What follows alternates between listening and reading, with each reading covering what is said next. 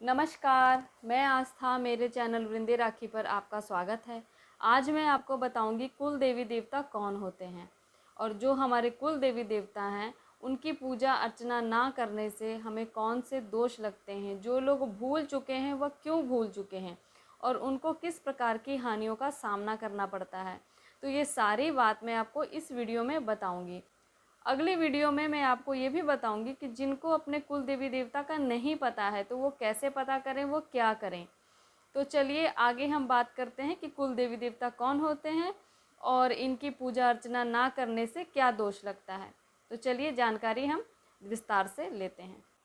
कुछ लोग सोचते हैं कि कुल देवी देवता और इष्ट और पितृ एक ही होते हैं, लेकिन नहीं, ये अलग अलग होते हैं।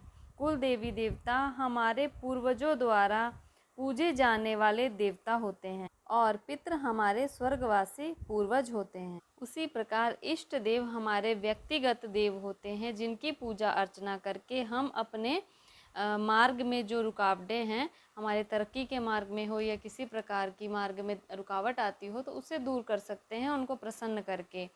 तो अब हम बात करते हैं कुल देवी देवता के बारे में, जो मैं आपको बताने जा रही हूँ कि कुल देवी देवता हम कैसे पहचानें और कौन होते हैं और इनके बारे में जो प्रथा है पूजे जाने की वो क्यों है।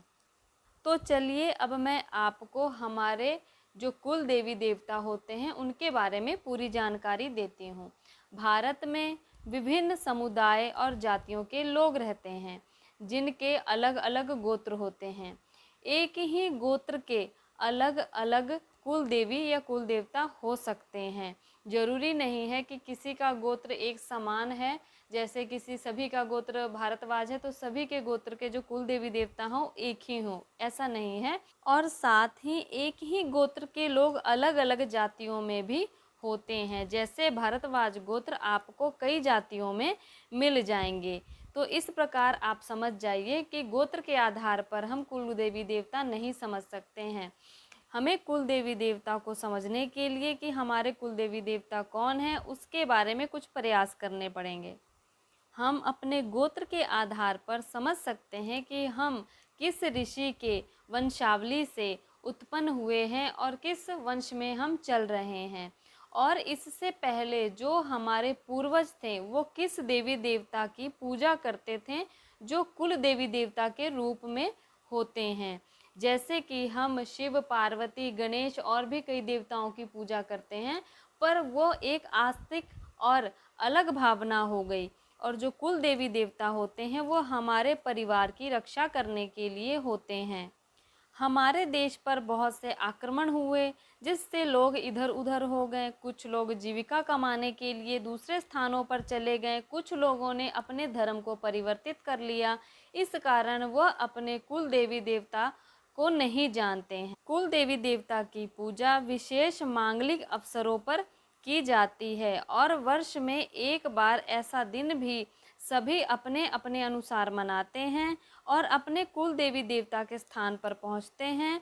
वहां पर अपनी सेवा प्रदान करते हैं, धन देते हैं, वस्त्र देते हैं और भी अपने कुल देवी देवता के स्थान को सुरक्षित करने के लिए कई प्रयास करते हैं, पूजा अर्चना करते हैं।